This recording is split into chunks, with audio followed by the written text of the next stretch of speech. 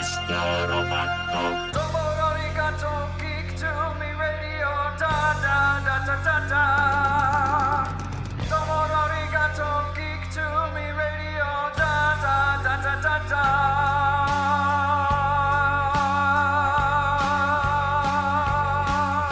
da.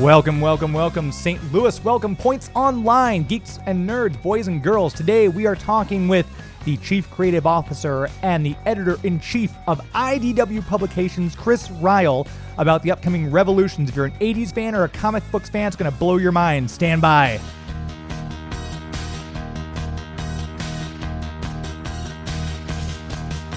We're talking TV, comics and movies, and video games. And if you don't know Star Trek from Star Wars, we'll try to explain. There are 12 doctors for Hogwarts houses, one ring rules them all. To be the greatest Pokemon master, you must catch them all. You must catch them all. Try to catch them all. Gotta catch them all. Gotta catch them all. And this week, we're going to put a little bit of focus on the comic book genre. And especially if you're an 80s fan, you're going to love this. When I first read about Revolution from IDW, it was like my birthday and Christmas and New Comic Book Day all hit in some kind of lunar eclipse type of singular event. It was amazing. And on the phone with us this week, we are joined by Chris Ryall, who is the Chief Creative Officer and Editor-In-Chief of IDW. Chris, thanks for calling in today. Happy to be here, James. So my first question is, how did this all come about? Because it's like my entire childhood is just kind of like hit me in a huge wave. What all kind of perfect storm had to happen to get this to come together? Well, part of the storm that had to happen was we had to get the rights to ROM, Micronauts, and M.A.S.K all secured through Hasbro. So we've been doing Transformers comics with them for about a decade now. Mm-hmm. And along the way, we've added other things like G.I. Joe. And, you know, there's a pretty storied history of the G.I. Joe characters and the Transformers meeting up. Mm-hmm. But there's never been anything beyond that. And we thought, well, you know, rather than just do another Transformers G.I. Joe crossover, especially because we recently did what I think is the ultimate Transformers G.I. Joe book in the form of the Tom Scioli series that just completed. Yes. We thought, well, we got to make this thing something special. We got to make it something different. And we also have to make it just not a crossover that shows up and then 6 months later it goes away and that's it. It's like we want this to be a thing that now shows you that these characters have been existing in the same universe for a long time. And not only are the Transformers and G.I. Joe coexisting, but so are now ROM, the Micronauts, and M.A.S.K are all also part of the same world. And so this Revolution event is basically designed to not only it brings everybody together for a specific purpose and a big problem and situation that goes on in the book, but it also delves into, you know, how we reconcile the fact that G.I. Joe and the Transformers have been in the same universe but not met up in some of the other comics we've done. So we're very specifically not scrapping anything we've done before. Mm-hmm. We're not revising, rebooting, redoing. That's good. Or second guessing what we've done. Yeah. So if you were reading Transformers comics when we did All Hail Megatron, when the Transformers basically took over, you know, the country and beyond, we get into why G.I. Joe was not a part of that. And so we're basically showing that, yeah, these characters have been in the same universe all along, but now there's a thing that brings them all together in a big way, and then it's going to leave an all-new status quo, you know, coming out of this. So circling back to your original statement about getting the rights for that, was this, and I know I don't want you to speak in any specifics, but generalities, was it a legal nightmare to try to get these properties together? I think that's a pretty fair choice of words. Yeah, so when we signed to do Transformers with Hasbro back in 2005, I think my first call to them after locking that one down was, hey, what about ROM? Like, I'm a colossal ROM fan. I mean, I've been talking about ROM for decades to anybody who will listen. And so I started asking Hasbro, you know, if we could get the rights to that. And they said, well, we're not even entirely sure we own the rights to that. And so then it became a decade-long matter of, you know, digging through finding all the proper legal paperwork, undoing, figuring out what pieces of the previous ROM series Marvel owned, what Hasbro owned, and then making it all happen. And it just so happened to align, about a year ago when they said, yes, you guys can now do ROM comics, that Micronauts got unlocked at the same time. And so we had this idea of, well, if we're doing all these things, we should seed things in a way that shows that they are all part of the same universe. And then, of course, from careful seeding that might take place over a year, we decided, let's just go for it. Let's do a big event and bring everybody together right away. Now, I think, if I'm not mistaken, the original M.A.S.K toys were made by Kenner. So somewhere along the lines, that switched over to Hasbro. I guess they picked it up, and then you guys were able to work with Hasbro since you already had G.I. Joe and Transformers secure. Yeah, just like ROM was created by Parker Brothers back in the day. Hasbro had bought up some of these smaller companies and bought the rights to some of these older toys, and so it just became a matter of figuring out what all they had, what we could do, and then how to make a really good story work around all those characters. And you've got some phenomenal talent working in this. I know St. Louis local Colin Bunn is working on these comics as well. Christos Gage. To have, like you just said, with Hasbro happen to get these companies, you guys got the rights to Hasbro. You've got a fantastic team working under you. It really is just the perfect storm. Yeah, it's been fun that the people we've gotten to work on this aren't people taking a job, but it's people that are, they grew up loving these things. Like John Barber's a longtime Transformers guy. Colin Bunn has said for years, before we ever even knew we could get the rights to Micronauts, if you guys ever do get the rights to Micronauts, I'd love to do it. It's one of my dream books. And Chris Gage and I have talked about ROM for years, too, without ever thinking that it would come to pass. So we used to have these, convention meetups of just like, well, what would we do if we ever were able to make this happen? And it's been able to go from just, fan speculation to, hey, we can now actually do this thing. What do we want to do with it? And I've got the first two issues of ROM in front of me. I just did read number 2 this past week, and that little stinger at the end with Miles Mayhem showing up, it was like, my inner child is screaming with delight. I take it you're a fan of all these properties as well? Yeah, I mean, the one nice thing at IDW is we've never really taken on properties just for the sake of money. You're never going to see us do, I don't know, a property that none of us have any affinity for, because it's one of those things that you don't do a series for 6 issues and then it goes away. You live with it for years. So if you don't have passion for it, then I think that kind of comes through to the fans too. Like the fans can tell when you're just going through the motions. I'm phoning it in on the book, right? Reader. Yeah, and I've read tons of licensed comics that you could tell were just there for a bottom line reason. And so we've always had an eye on, let's do these things with the people that care about them the most. Let's treat them as importantly as we would our own, corporate owned properties. Let's really just put the best, most interested talent on this stuff. And that's, I think, where the best stories all come from. I agree. Yeah. And you've got, congratulations as well. You just picked up 4 Harvey Awards, if I'm not mistaken. Yeah, Harveys were nice for us this year. That was fun to see. For stuff as diverse as March or John Workman, who's been an amazing letterer in comics for decades. Working on Walt Simonson Ragnarok. Like it's nice when the recognition sort of extends across all the different types of things that we publish. Yeah, and speaking of all the titles you published, that was going to be one of my next questions. Is you've got a lot of other '80s titles in your stable. You've got Gem and the Holograms. You've got the Teenage Mutant Ninja Turtles. You've got the Real Ghostbusters. Is there any chance we might see some of those other 80s properties cross over with G.I. Joe or M.A.S.K or Transformers or ROM?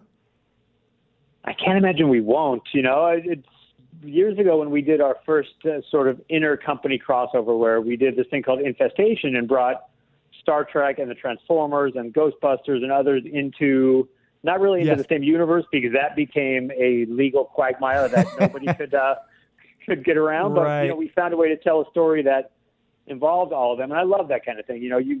Good crossovers have a storied history in comics, and there's a lot of things I'd like to do with ROM. I know there's a lot of pairings that Colin would like to make with Micronauts and so on. So, yeah, I mean, we've speculated a lot. We have a couple things already set for down the line, and there's a lot we're going to be doing here. Yeah, speaking of the crossovers, I was very impressed with your recent Star Trek Green Lantern crossover you had with DC. That I thought was really impressive. That one and the Turtles Batman both came Yes. off really well. Yeah, I thought both guys did a really nice job of not forcing it. You know, sometimes crossovers can take 2 full issues to get the characters together because there's so much, explanation you have to get into. And these guys, I thought, jumped right into it and told some really good stories. In fact, it's nice that, with both of those, we're able to now build out those universes even more because we're doing sequels for both. Right. Yeah, obviously they went well if you're already doing sequels. Yeah, DC was very happy. Good. If you wouldn't mind sticking around, we're going to hit a break here, and then if you can stay with me for a while longer, we'll chat some more. Absolutely. Fantastic. We are talking to Chris Ryall from IDW Comics, talking Revolution and more. If you have any questions, by the way, feel free to call in 855-770-1260, or you can tweet your questions at Geek to Me Radio. We'll be right back.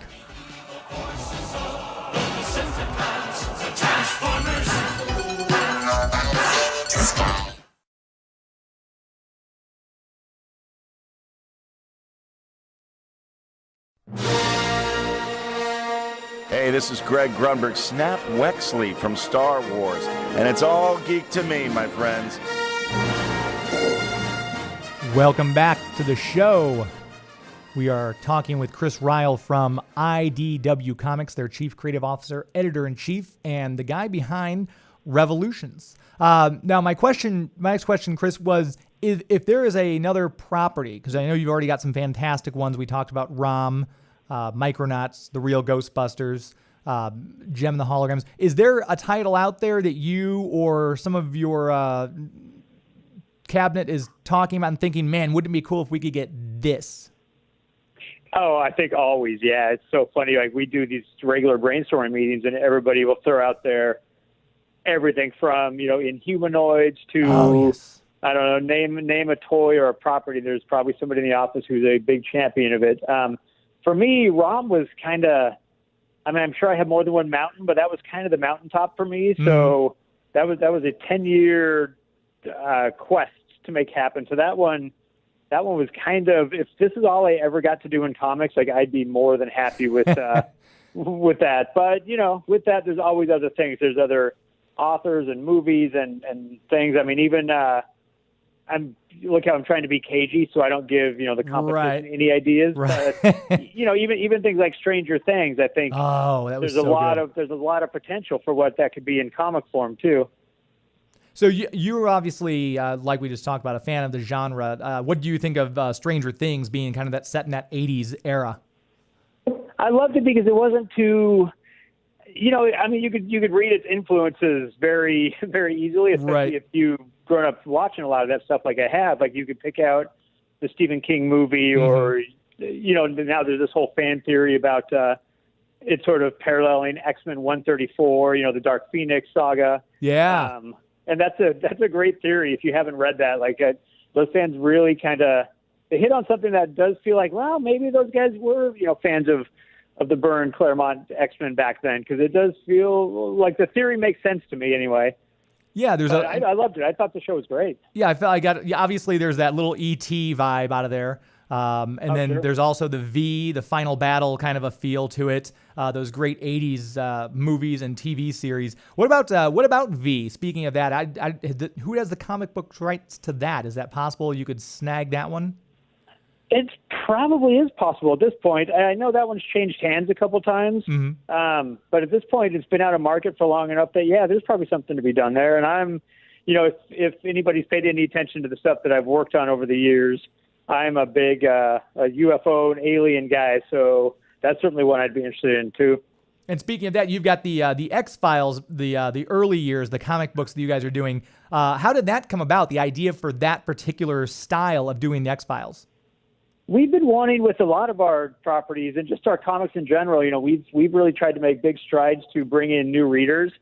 And with the X-Files being back on TV and people that maybe didn't even grow up with it, checking it out, we want there to be comics out there that not only appeal to the hardcore fans, but also, that maybe do foster a new generation of fans of a property or just a new generation of comic readers. So we've done these things like getting our comics into the Walmarts and Targets in different ways than others have done, in these sort of micro comic packs that we've done. And with stuff like X-Files, year one, we thought, well, let's do a YA let's do a YA X-Files story where you still got kind of the creepy conspiracy story behind it, but the characters are younger and maybe more relatable to newer readers. Same way we did this recent series called a Star Trek series called Academy, and that was the same thing. It was intended to appeal to like a YA audience. So, just trying to find new takes on these properties that have been around a while, and also new ways to bring in readers that maybe haven't otherwise paid attention before. And I think it's great, too, that you've got such a just vast variety of your comics between, there's the Angel, which is based off the TV series starring David Boreanaz. You've got some kind of more aimed towards the adult, like March and Lock and Key. But then you've got like My Little Pony and stuff like that. Is that challenging to have to oversee such a diverse type of and style of comic book? Yeah, and I kind of love it. That's the thing I think we do really well, which is appealing to everybody outside of just the superhero genre. Because, we all know Marvel and DC have got that shorn up pretty well at this point. So anybody else that launches a superhero comic, it's usually a hard thing to get traction on. So we thought, well, let's do everything but. Let's do horror and fantasy and sci-fi, and let's aim for younger readers with stuff like ponies, and then. We sign on to do ponies thinking it's going to hit the 10-year-old girl audience, and then have that nicely pleasant surprise of the older, the adult, like the Brony audience, and some of the adults that really are into it too. And I think that's what's fun, is finding the hook that makes a comic appeal to more than just sort of it's the checkbox audience, And that's like when I was a kid reading comics, there were no comics aimed at kids and aimed at adults. It was just good comics that sort of worked on multiple levels. And so we're trying to do as much of that as we can. Yeah, and the variety you've got out there is very impressive. It's across, boys and girls, and the age range you hit with your comics and everything like that. Do you personally, I know you just said Rom, because that's, that was your mountain, your white whale, but let's take Rom out of the equation. Is there one particular comic that IDW puts out that you're like, this is probably my favorite comic of all the ones we do? I always hold Lock and Key up. Like as much as I hate to pick, one child over another. Right. Exactly. Lock and Key to me though just does epitomize everything that we do well. It's not based on a license by any means, but it's just the story and the art and the way the creators work together and the way the story developed and the way the story ended. Like it is just, I think, the shining example of everything we've done. Like it's probably my favorite thing that we've ever done.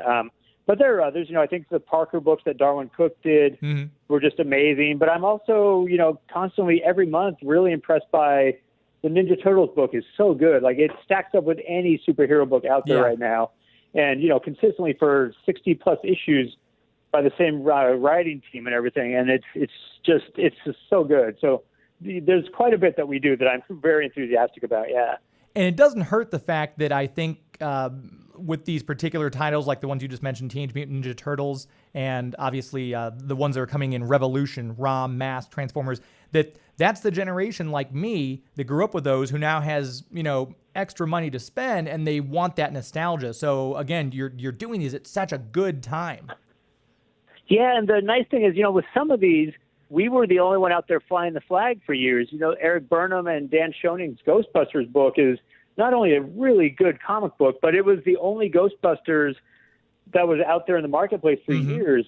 So when the new movie comes along, it brings Ghostbusters back for a certain audience. But, we've been out there for a long time, and there's a lot of people that have wanted more content on these properties that they love and just not been able to find it.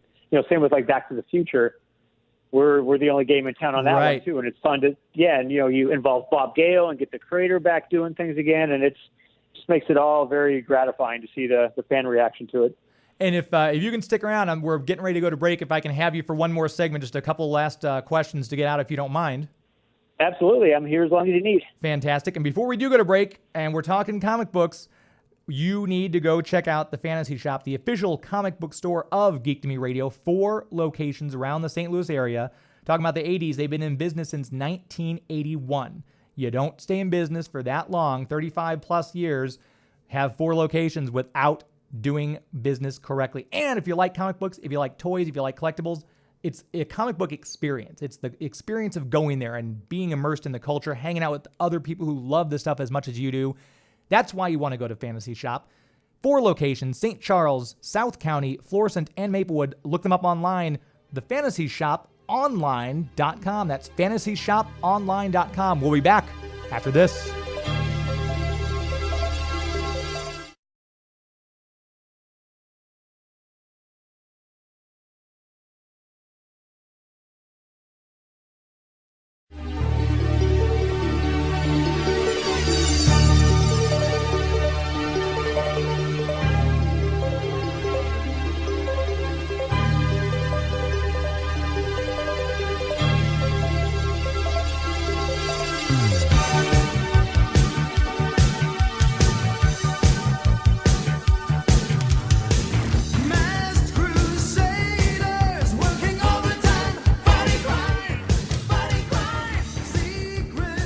And as soon as I hear that song, I can see Boulder Hill open up and Thunderhawk and Rhino and Gator roll out. And immediately, those images come right to mind. We are talking I love it. with Chris Ryall from IDW, speaking of M.A.S.K, part of Revolution. Now, did you watch the entire cartoon season, even when they got into that weird racing thing at the last season of the show? You know, I sort of came in and out back in the day, and then as we were signing to do M.A.S.K Comics, I went back to watch it again, and some things from the 80s age a little better than others, let's say, but, you know, it still gives you that nice nostalgic bump when you see it again. I agree. You hear it again. Yeah, and I was going to ask, are we going to stick to strictly when you start doing the comic books, are we going to stick to the classic Thunderhawk, Rhino, Switchblade, or are we going to see some of those later offerings like Goliath and Buzzard and some of those some other ones from the racing era of M.A.S.K? I think we might find a way to work in bits of both. You know, even in like with G.I. Joe now, we're finding ways to work in some of the adventure teams. Mm-hmm. So yeah, there's, you know, the fun thing for us is to play with all these different iterations, which I know will lead to Transformers fans going, well, how come we've never seen Generation 2 to any degree from you? Well, where's Beast Wars now? But, you know, there's a lot of characters, so we try to balance not overcrowding the books. Yeah, there really are. I mean, you could basically just work off of these 5 titles that are in Revolution and never run out of stories or characters, to be honest. But it's always good to have more. I loved what you guys did with G.I. Joe and Transformers as far as picking up with the original numbering where Marvel left off. How did that come about? Was that something that just decided like, hey, let's go ahead and continue on that particular story, or how did that decision process come about? It's kind of a case-by-case thing. Like with Transformers, we thought, well, it's a brand new story. We're not picking up the Dreamwave continuity, and there was sort of all these different iterations of Transformers. We thought it made the most sense to start it with a new number 1. But when Larry Hama comes back and does Real American Hero, and he's pretty much picking up where he left off, that felt like, well, we really need to continue the numbering, you know, and stay true to this. And same with, you know, when Simon Furman came back and then finished off his old Transformers run, it was, we really saw it as a continuation of what those guys did before. And since it was the same writers, you know, steering the ship, it felt like we should certainly keep that numbering. And Transformers, that particular one stopped at issue 100. G.I. Joe is still going. I love the comic book covers you put out with the variants that look like the old G.I. Joe action figures, Scarlet and Snake Eyes and Flash and all those. That was brilliant. Yeah, and the fun thing with Revolution is we're doing these fake 2-pack toy covers. Yes. You know, like, so you might see a Micronaut and a Transformer in this 2-pack that only right now exists in our imagination. But, you know, who knows? Now that Hasbro is seeing a nice reaction on Revolution, and they have their own plans down the line for their you know, cinematic universe coming together. I think we might see some things like this actually come to life someday. So with that being the case, it's becoming into the movie form. We will see a live action Hasbro cinematic universe with all these properties. Did they say anything up front like, hey, just don't do this because we're planning this for the movies? Do you have to kind of walk a little bit of a line, or do they just say, go nuts, do what you want?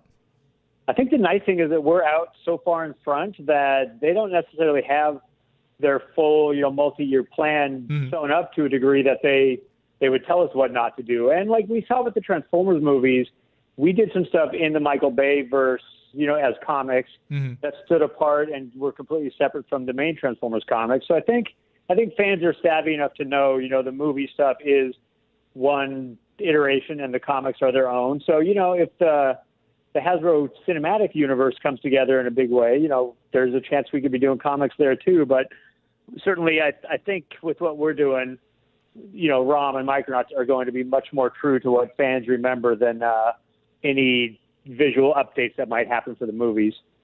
Very cool, very cool. And if you don't mind, we're gonna head to break. If I can hang on you for just a minute or two longer, if you're okay on time.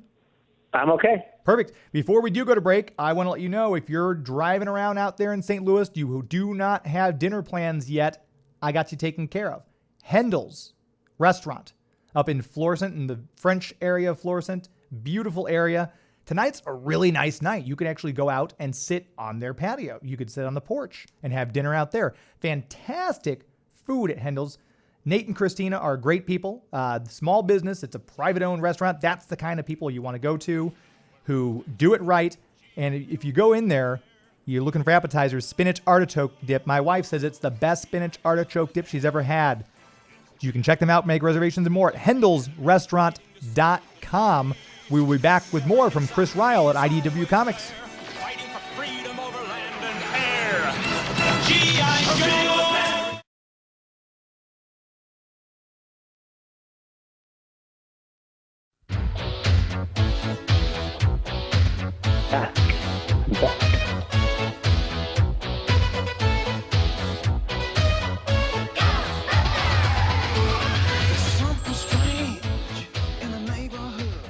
Real Ghostbusters is one of the many titles that IDW puts out each month. And we're talking with Chris Ryall of IDW, talking Revolution and their new huge Hasbro Cinematic Universe crossover they've got. Before the break, Chris, we were talking about the transition that this will make to the big screen coming up. And Big Screen Connection, did I read something where back in like the early 2000s, you'd actually worked with Kevin Smith? I did, yeah. That was it was a side job. At the time, I was an advertising copywriter or a speechwriter. I forget exactly what the day job was, but I had a night gig running a website for him for a couple of years, and I think it was that job more than anything that I'd done during business hours that led me to IDW. I was running a website called it was Movie Poop Shoots, which was, back in the day, it was a parody site that he created for one of his movies, but he approached me to turn it into a legitimate pop culture portal sort of thing, comics, movie, music, news, that sort of thing. And I got to know a lot of comic creators through there, one of whom was Steve Niles, and Steve Niles then made the introduction to IDW, and here we are 12 years later. It's not what you know, it's who you know. Yeah. So has Kevin Smith, have you kept in contact with him? Has he given you any input? Because obviously he's, the godfather of comics almost, right? Under people like Stan Lee and stuff. I mean, very few people are as savvy about it as he is. Yeah, I've seen him just a little bit over the years. Actually, went and saw him during one of his podcasts that he did in town. But, he's been very busy building his empire, the Smodcast empire, and the movies he's been out doing, and now directing episodes of The Flash and everything else. So yeah, I mean, it was certainly a great proving ground, and met a lot of good people through there. And then we both sort of headed in these weird left turns that I don't think we saw coming at the time. Yeah, life can do that to you from time to time. Yeah. My producer Joey V asked a question. He was wondering, when you guys do these variant comics and some of these SDCC exclusive ones, how does the decision making get made for what the variant will be and who is going to be doing it, et cetera? A lot of the ones that are done for conventions, they're the same as the kind that are done for, exclusively for an individual comic store. The comic shop will reach out to us and say, hey, this artist lives in town. I'd love to have him do a cover, come in and do signings. And same with us when we're planning books for San Diego Comic-Con or next month's New York Comic-Con. We go, well, what artists are going to be at the show? Is there something that we could do that would be a cool image with them, and then have them come sign at the booth? Because you like to do the things where the fans can really get in front of the creators. Yeah. So a lot of the decision that drives that is if they'll actually be in town for the convention. And I just went to Geekonomic-Con in Oklahoma City this past, and I talked to some of the people who are working it, and they said it's one of those things where it's so cool to be at these cons, but then you're working and it's like, oh, but I want to go over here. Is there any of that double-edged sword feel when you guys do a big show like New York City Comic-Con or San Diego Comic-Con? No, there's so much of that, yeah, because, you read the programming heading into the show and go, man, there's 1,000 things that sound cool, and there's all these people I'd like to see, and then you're busy with panels and meetings and everything else that just, goes along with conventions. And then 5 days later, you go, I didn't get to do, 90% of the stuff I wanted to do. The converse of that was I just did a Star Trek 50th anniversary convention in New York last week. Yeah. And that, show like that's very title specific that gives you some time to hang out with creators to a greater degree or, go see panels and meet people and stuff. So, yeah, it just when you get to those shows that are 100,000 plus, it can be hard to do everything that you want to do because you have all those different responsibilities while you're there. Right. So are there any shows that you just kind of want to go see just because, IDW might not be there in a professional sense that you actually just want to, I'm going to go to this one and the heck with all the responsibilities? I've never seen Heroes Con in North Carolina, and everybody's raved about what a great comic show that is, that, it doesn't have all the Hollywood presence and all the other stuff that kind of gets in the way, that it's just a really good comic show. And I've never been to that one. So that's one I'd love to do. Also, I'd like to do more of the small press shows if I ever could, just to, talk to people at that level. I love seeing people that are just doing things for the passion of it and not for some of the other reasons that get in the way as you move on up the ladder. And I've been invited to the St. Louis Con a couple times, and it sounds like that's becoming a really good show too. It's just I've had scheduling conflicts because now there's so many conventions. Sure, even last weekend at the Star Trek Con, I was also trying to be in Baltimore, and the Dragon Con was going on, and there was a show in Toronto. It's like the only way to keep books going on time is to pick and choose very carefully which shows you actually go do. Exactly. So now with all that in consideration, 12 years removed from when you were brought on with IDW, anything you would do differently or change, or is this still living the dream?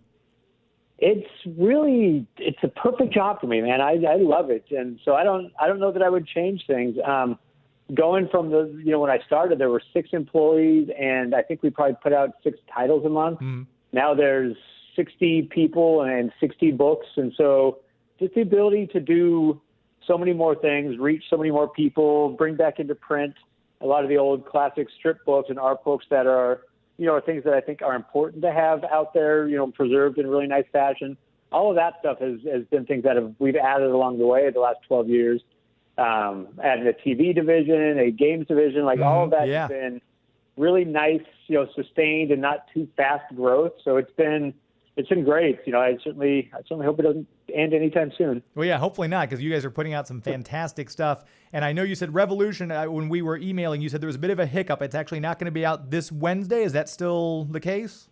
Yeah, that's the stuff that gets frustrating is, you can do everything you can to control schedules and have your firm in-store dates, and then there can be shipping snafus that are out of your control, right, or yeah, pulled ups at the port, or just other things with some of the delivery of the books that occasionally gets in the way. So yeah, Revolution #1 now hits on the 21st, which is the same week my Revolution ROM one-shot that ties into that hits. And it doesn't really matter to read those in either order. We tried to set this up so you didn't have to feel too much held to a firm schedule. But so, in that regard, it's nice to have multiple Revolution books in stores the same week if people want them, but you try to space them out too, so there's not any kind of, great financial demands put on anybody any one week. Right, sure, yeah, that makes sense. Well, I cannot wait. Like I said, I feel like it's Christmas and my birthday and New Comic Book Day all in one, so you can check it out on September 21st.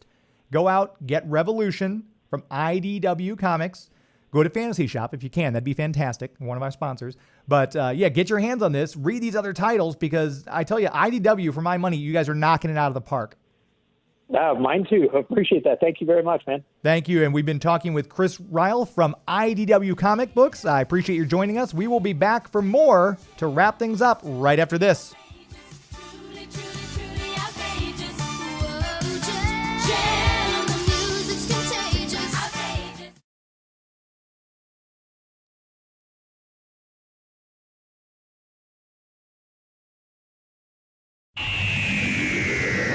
Hello, my name is Sylvester McCoy. I want you to listen to Geek to Me Radio. Otherwise, if you don't, I'll cry. Why, thank you, Sylvester McCoy. Sylvester McCoy, the 7th Doctor. So last weekend, you heard my Doctor Who themed show. I'd pre-recorded that, had to go out of town to Geek-Con in Oklahoma City. And I had the chance to sit down and actually interview 7th Doctor Sylvester McCoy, 8th Doctor Paul McGann, the companion Daphne Ashbrook, who played Dr. Grace Holloway in the movie. Got to talk to Eric Roberts, who played the Master in the Doctor Who movie. Obviously, he's also been in that, you saw him in the video the Killers did for Mr. Brightside. He's the guy in that video too. Got to talk to a lot of people. I actually shared an earthquake with Greg Grunberg. I was in the hotel and they put me on the very top floor, 15th floor of this building. And about 7:02 in the morning, the ground starts to shake. And I thought, well, I must be dreaming, clearly. But it kept getting worse and worse. So I'm like, oh my gosh, this is an earthquake. So I'm getting up, trying to put on my shoes, my pants, and try to, grab some stuff. Come outside my room, and just 2 doors down from me, out steps Greg Grunberg. And he's like, dude, was that an earthquake? I was like, yeah, I think it was. And we kind of talked about our earthquake, looking for different apps on the phone, trying to figure out what magnitude it was, where it originated. But he was very gracious and sat down, had an interview with him as well. A lot of cool people. And Geek-Con will be coming to St. Louis. You just heard Chris Ryall from IDW Comic Book saying he's meant to come to St. Louis a couple of times. Obviously very busy overseeing all the books and the company. Hopefully we can get him here. Maybe he might be able to come for Geek-Con. That'll be Halloween weekend, so mark your calendars now. It's downtown at the Convention Center. You can get more information on that at the website geekexpos.com. Check them out. And the big, marvelous Nerd Year's Eve in Dallas over New Year's Eve. Stan Lee's last big hurrah. He's no longer cleared for travel outside of California after this year, so he's going to go out in style. Check that one out as well. There's tickets available for all these online. Fantastic guest. Greg Grunberg will be at the Dallas show as well, so you might have a chance to meet him also. As we wrap up here, I want to remind you of another website, historicstcharles.com. The historical area is just one of the jewels of the St. Louis, St. Charles region. The cobblestones, the old buildings, they got a fantastic bunch of eateries, unique places to shop. It's really like you're kind of stepping back in time. And you'll find a lot of things you really can't find anywhere else. A lot of the shops they have up and down there. I always talk about the English shop because if you're a Doctor Who fan like me, that's a good place to go get your jammy Dodgers and your jelly babies. But there's a lot of cool places. The Tin Typery right there on South Main Street. You can go get one of those old-timey photos. They have all the costumes and everything. You don't have to bring your own stuff. They've got things for you to wear from children to adults. Cool props. Really a lot of fun. The Tin Typery is a good place too. Up and down. I mean, you can't go wrong with all the places there are to shop and eat. M.A.S.K has some fantastic homemade cobbler. If you're out in the area, check out M.A.S.K. They're in the 900 block. You can plan your entire visit by going to historicstcharles.com. And if you go there now, you can start planning. They've got a lot of things still coming up in September here. The Missouri Festival for the Arts, September 16th. And of course, you can check out more from all my sponsors by going to my website, geektomeradio.com. Give us a follow on Twitter and Facebook as well. We will talk to you next week with more Geek to Me Radio. It's not in the way you watch I zombie. It's not in the way you watch The Flash.